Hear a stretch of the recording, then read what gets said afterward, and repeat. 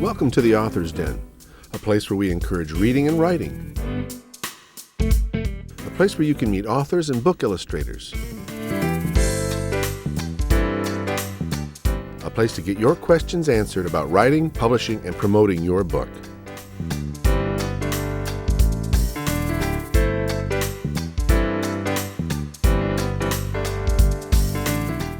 Hello and welcome to the Author's Den. I'm your host, Mike Talley, and we're at the beautiful Southfield Public Library. This place is a gem. If you ever have a chance to come here, please do. You're going to really enjoy yourself, and they have some great programs. But back to the Author's Den. With me today is my special guest, Penni Jones. Hi. Glad to have you here. Nice to meet you. Thank you. Nice to meet you. So you're a new author to me, and I confessed to you earlier that I really haven't read your books yet, but I've been reading a lot about you, and I've read portions of each book. First off, can you tell me about yourself? Sure. I am originally from Arkansas. I've been in Michigan for about 12 years now. Before I left Arkansas, I was mainly in the hospitality industry and restaurant management and event planning. And when I moved, I had a brand new baby and didn't want to return immediately to an outside job, so I decided it was time to focus my efforts toward writing a novel. Was that your first attempt, or what's your relationship with writing? I've always wanted to write, and I've had a lot of starts and stops over the years, mainly just because I knew it wasn't a practical path. So I went to college and got a business degree, but even that had some starts and stops. So I just got to the place where I knew it wasn't necessarily a practical idea, but I was going to do it anyway because it was time. Well, what is it about writing that you like? I like the opportunity to be creative and to make my own world with its own rules and to control what happens to characters. And I'm an avid reader and always have been. So, you know that feeling of when you're reading a book and you love it and you're really into it and you can't wait to find out what happens, but then something happens where you're like, I would have done that differently.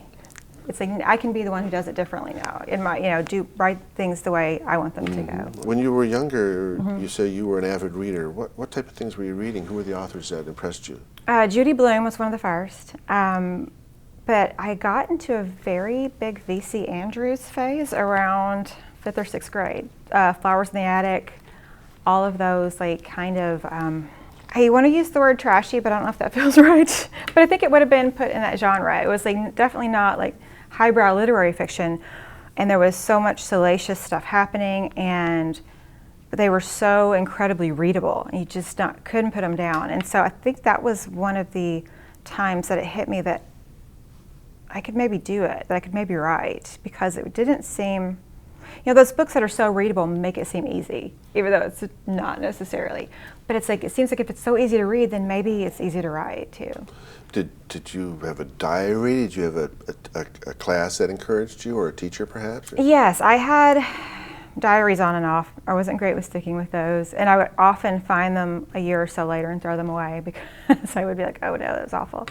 But I've had English teachers throughout the years that were very encouraging and very helpful with guidance and just kind of keeping me on the right path as far as writing. Well, I want to get back to the whole process of writing and putting the book together and everything, but I want you to talk about the characters in your books. Let's talk about Cricket. Okay. That's the one that really caught me. And talk about the world that Cricket takes place in. Sure. So Cricket happens in the United States that has been stripped of religious freedom. And the way it happened was during the Cold War, the United States government decided to kind of do a unilateral religion, and everyone had to register. And this has happened before. In Indonesia, you have to register with a religion, but it doesn't have to be one.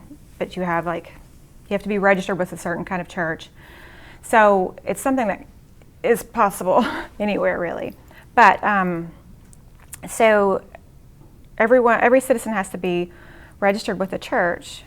So out of that has sprung wet churches, because as in during Prohibition, only churches could purchase alcohol. Well, that's not true. Churches and doctors. So churches buy alcohol for communion, but basically they're like bars or speakeasies. But you can register with them, and you're legally covered with the government, but then you can also go to the bar.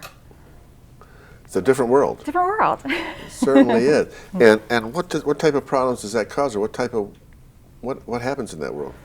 The main thing is just extra payoffs to government agents. They're called the Department of Religious Affairs, DRA. And they check in on people, and a lot of times it's just more of an extortion thing, but you can go about business as usual as long as you have enough cash to cover your end. But things are ramping up. The new leader in charge is kind of clamping down on this, on the extortion and on wet churches, and trying to suppress all of that. And so that's where we enter, where Cricket's trying to protect her business. Okay, and who is Cricket? She is a second-generation freedom fighter. Her parents were in the resistance, but her dad has since switched sides, kind of a Darth Vader situation. But so she actually is going head-to-head with him. When you say resistance, you're talking about a resistance that's pushing for religious freedom, or yes. other things as well, or what? Yes, they're pushing for religious freedom. They're pushing for equality between male and female, and with equality for minorities, and any marginalized communities. And they're pushing for freedoms that we have now, that in this world we never would have had. Like, there's still prohibition. A lot of medications still aren't available, like birth control, things like that, that never, in this world, never have happened here, but have happened in other countries. So the resistance wants us to catch up to the rest of the world. When did you write the book? I wrote the first draft about 10 years ago. It's one of those that has gone back and forth. I've rewritten it so many times just because of different political climates too have affected it. When I wrote it the first time, I'll just say it didn't feel very believable to me. It didn't feel like anything that was possible that could happen in our country.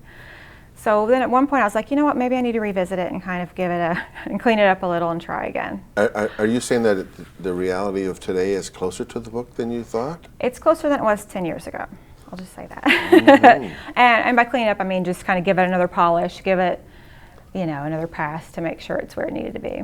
Well, let me just talk a little bit more about Cricket then, and what is her job, and who is she relating to in the book? And she runs the Wet Church.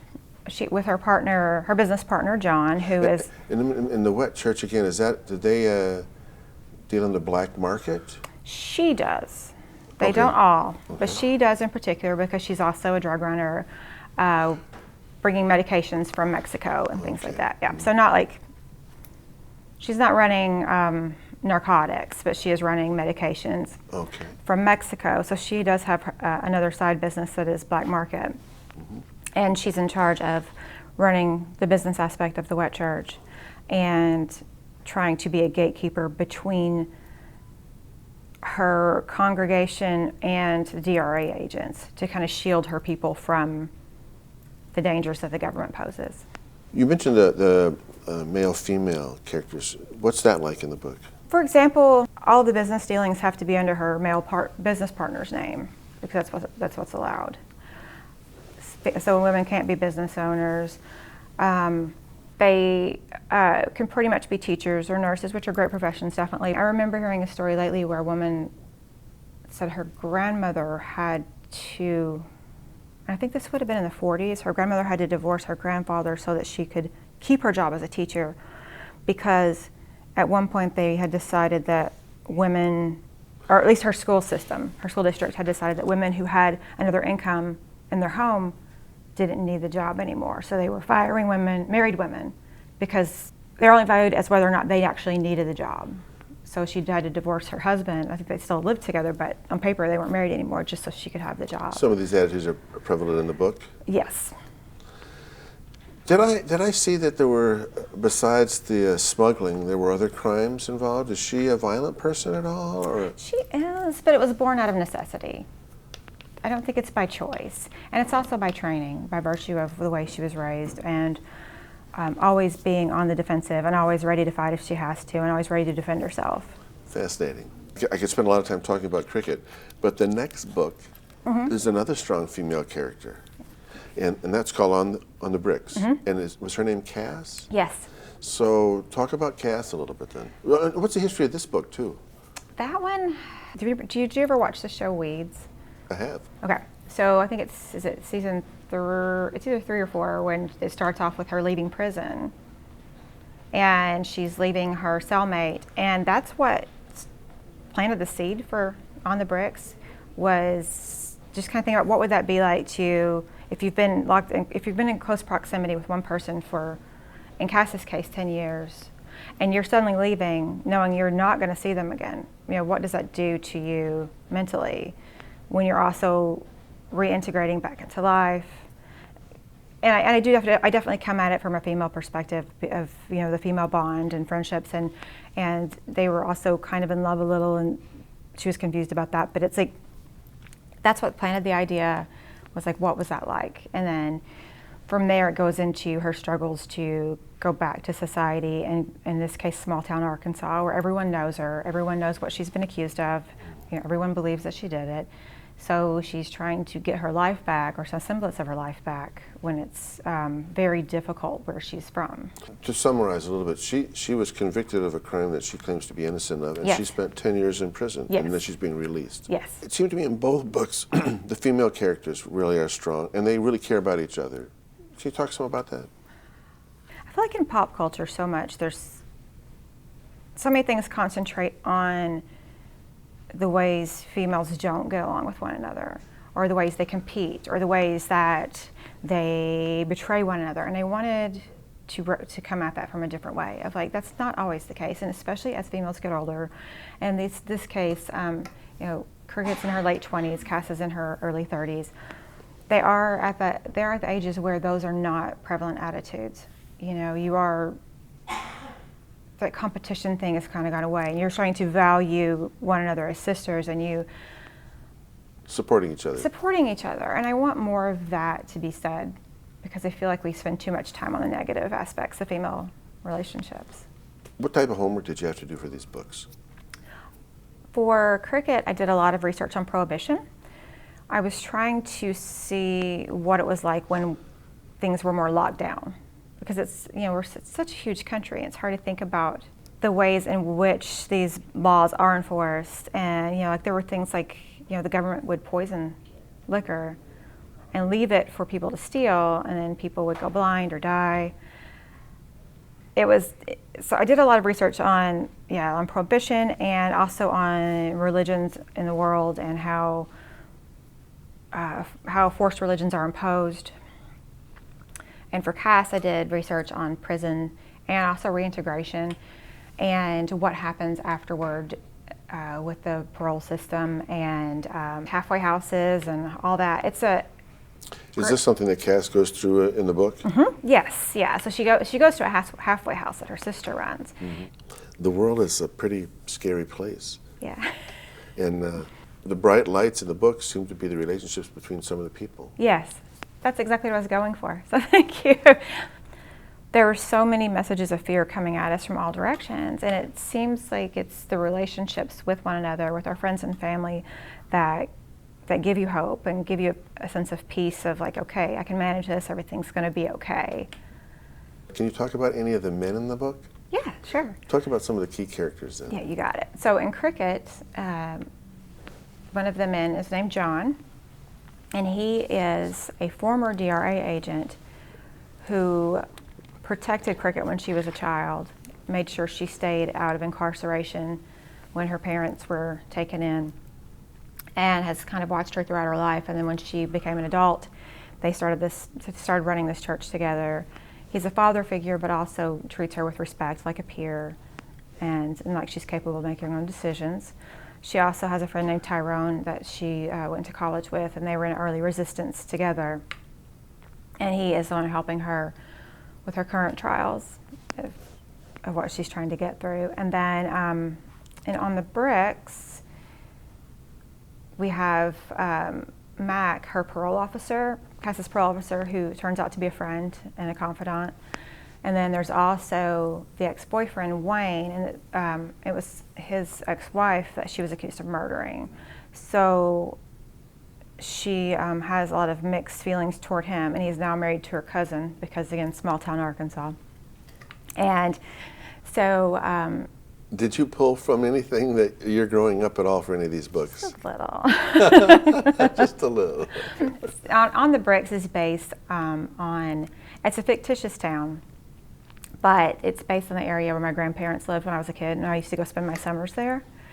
Because I lived more in the farmland and they were in the Ozarks. So we would spend my summers in the Ozarks, and it's just such a rich landscape. And the people, it's such a close-knit community, yet there always feels like something ominous is going on, you know? It's because there's just so many secrets. And so for that one, definitely. And with Cricket, I pulled a little bit, I had a very religious childhood, so I pulled a little bit from some of those things that I grew up with. Again, I have so much that I could talk to you about the books, but I know your time is valuable. I think I'd like to talk to you about the whole process. Okay. Did you decide you want to write a book? You have a topic? I mean, did you write daily? Did you anything you can share would be helpful. Sure. Daily works the best for me when I'm trying to finish something, because otherwise I wander off. And I've done that a lot lately. Right now I have, I think, 4 manuscripts started that I've just kind of wandered off from, but I will go back. I do tend to go back and finish eventually. And my routine changes because I do have kids and have to work around them. When I had one child and he was very young, I could write at night.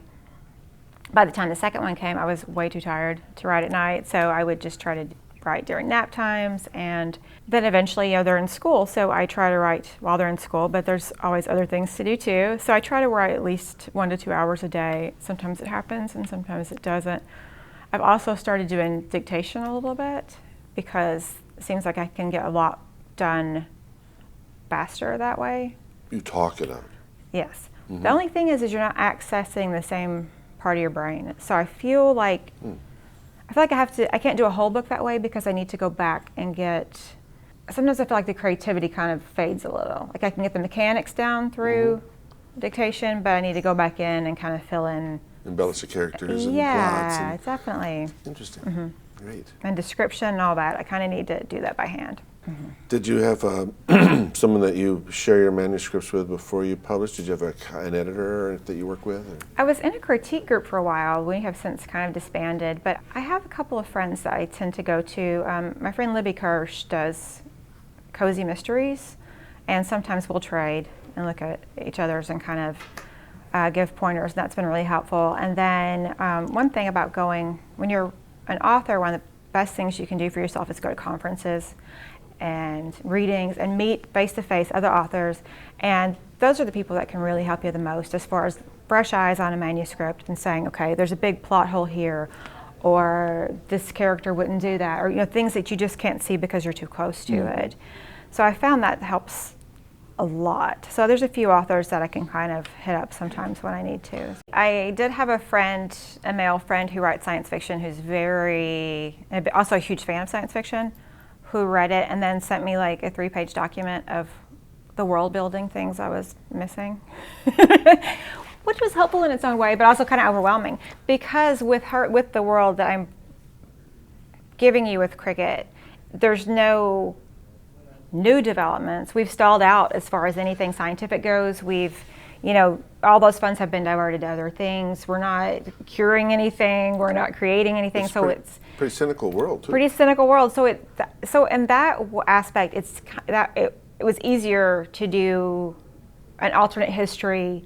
So I'm not inventing things. But what he did point out to me was that I had not completed building the world, so that I am thinking of everything as I'm writing, of what we would have, what we wouldn't have, what people would know, what they wouldn't know. So that definitely helped.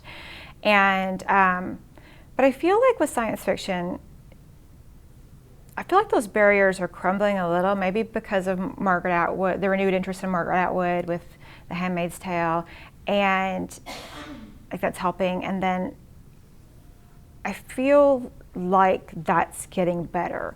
I feel like females are not being treated quite the same in science fiction as they were there for a while, maybe like in the 90s or so. It's such a strange thing because Mary Shelley, some consider her to be the mother of science fiction, and it's like that was what, the 1800s, and it's a strange attitude that definitely exists, but it's not true. It's based on false facts. When you said or not false Mary facts. Shelley, was that? Was that the only thing that comes to mind is the Frankenstein? Yes, but that's considered science fiction, right? Well, it's horror, of course, too, but it's also science fiction. Yeah. What's the reception been like for your writing? It's been positive. I don't feel, we were discussing before, I don't feel like I've had that hit it big moment, but I do feel like the feedback I've had mostly has been positive. It's not for everyone, definitely, because it is kind of violent. There's a lot of foul language, so it's not going to be for everyone, The fact that you brought that up, I know that you have a blog. Yes. and what's it called? Scapegoats and Sacred Cows. And I really enjoyed it. And one of the things that I read on there was your mother gave a review of the book, and she said, I liked the book, but I didn't care for the language. I thought that was great. Yeah, that was verbatim what she said. So I understand what you're saying. Some people will really understand it, and other people might be offended by some language. But and in both books, it's just the way, in my mind, these characters would talk. This is how they would speak. It's about the authenticity, and I don't know that all my books will be that way. Maybe they will. I don't know. Yeah. How did you go about getting the books published? Panda Moon out of Austin, Texas, published both of these. And it was just through a blind query. I sent them, and I decided to look at small presses instead of looking for an agent again just yet. And I sent it to Panda Moon. I'd read about them on one of the, there's several chat boards for authors, and I'd read about them, and they were fairly new. And so, I queried them and heard back with them pretty quickly that they were interested. And it happened so fast that I almost thought something was wrong, because these things can take so long. And I remember thinking, maybe they're not real. Maybe this is like one of those scams you hear about, because that was so fast. But it's just that they really liked it. That's nice. That's nice. Yeah. You mentioned that you're part of a few different groups, and on your blog you mentioned that you are in a couple. Can you talk about those things? I'm in Michigan Sisters in Crime. I'm the membership chair at the moment. That's a fairly new group. So Sisters in Crime has been around forever, but the Michigan chapter I think this is our second year. And what is it? It is it's a writing group where we support each other through marketing, critique groups. We had a panel recently of private investigators where they can answer the nitty-gritty questions, and we have authors come in who are also members of Sisters in Crime that are part of the Speakers Bureau, and they might come in from New York or wherever and come talk to us. We did the Jackson prison tour earlier this year. So we do interesting things that can benefit our fiction writing, and we can learn things we didn't have firsthand knowledge of before. Did you have any say-so over the final edit, or did the cover art, things like that? With covers, you don't always get final approval. With mine, they did want to make sure that I really liked them, and I did. So I was fine with those. That was no problem.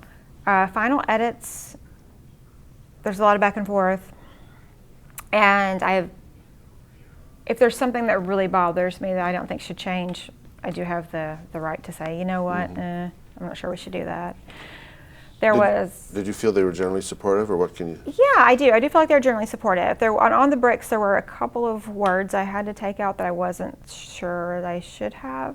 That kind of bothered me, and I won't say them because you won't be able to air it. And they were very offensive, but it was also coming from particular, In context, it made sense to you. Meth head hillbilly would say that, and so there were a couple things like that where I was like, I think we're kind of removing authenticity for the sake of political correctness, but I get it. I mean, they didn't want to alienate any readers. So finally I was like, yeah, okay, we'll let it go. But otherwise, that was the only one that I was kind of like, I'm not so sure, but everything else I agreed with. What are you doing to promote the books? I'm trying to do more with social media. You kind of have to keep on it all the time, like trying to promote and reminding people that you have these books available. I go to conferences, which always helps, and I like to keep my blog moving I try to post at least once a week. I don't always, but for the one thing I like to do to promote myself is to promote other people. Really, is to review other books, and then if someone wants to, they can read more about me. But to me, it's easier to promote other people and to talk about other people's books. Well, I really enjoyed your blog. Oh, thank you. I spent a lot of time on the blog, and the fact that you reviewed books was great, and you comment about other people, and you encourage other people to interact, so I really enjoyed that. I'll be following that. Thank you. I appreciate that. You know, is there anything that you would, let's say that somebody's watching this and they feel like there's a book in them, or they write, what would you do to encourage them? That you have to just do it. There's one thing I realized pretty early on is the difference between people who are published and people who aren't, is the people who publish kept going. It's, you know, you're going to want to quit a million times because it's hard work, it's time consuming, it's frustrating, and when you start querying, you're going to get kicked in the teeth a lot. So you just have to want it bad enough, or else you won't do it. When you say querying, you mean submitting? Yes, when you start submitting to agents and publishers, and it can be a very demoralizing process, but it's part of it. And it also teaches you how to take criticism, which most of us need, you know. I know I did. So. Kind of, this might be off the track a little bit, but do you find inspiration in, well, like when I was talking to Stephen, he likes to listen to music sometimes. Yes. Do you do anything? Do you look at artwork or outside or music? Sometimes I like to listen to like some really good angry music. That will help.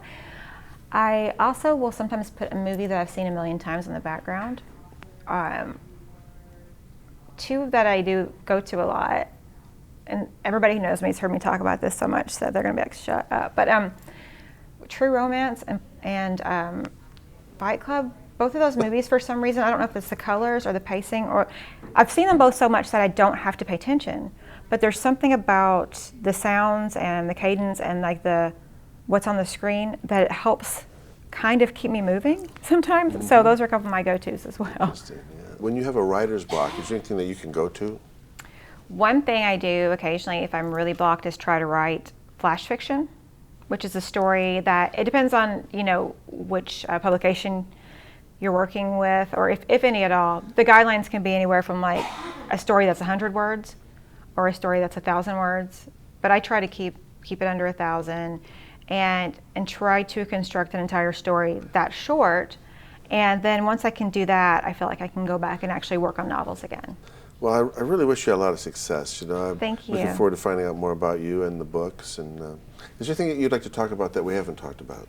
I do have a book coming out in the spring. I don't have a date yet, called Suicide Souls, and it's another, I guess, kind of science fiction-y book that takes place in the afterlife.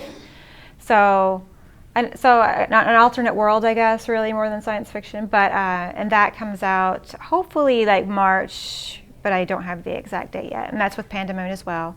And then I have a couple more manuscripts in the works. So I'm hoping, the way I'm working now, I'll probably finish like 3 next year, and then figure out if they all come out around the same time or not. But if someone wants to find out more about you or to tune into the blog, what can they do? So the blog is scapegoatsandsacredcows.com. I'm also on Twitter, P. Jones Writer, and those are the best ways to find me and find my ramblings. And I also just recently joined the Editorial Freelancers Association, so I'm hoping to soon start working with new authors who are trying to polish up manuscripts to start submitting, because that is a very scary time, you know, and so I'd like to help with that, because I know for me it was terrifying. Penni, I really appreciate you coming today. I know you made a little trip to get here, and I'm really looking forward to finding out more about you, more about your books and your writing, and I wish you a lot of success. Thank you so much. It was great to meet you. Thanks for having me.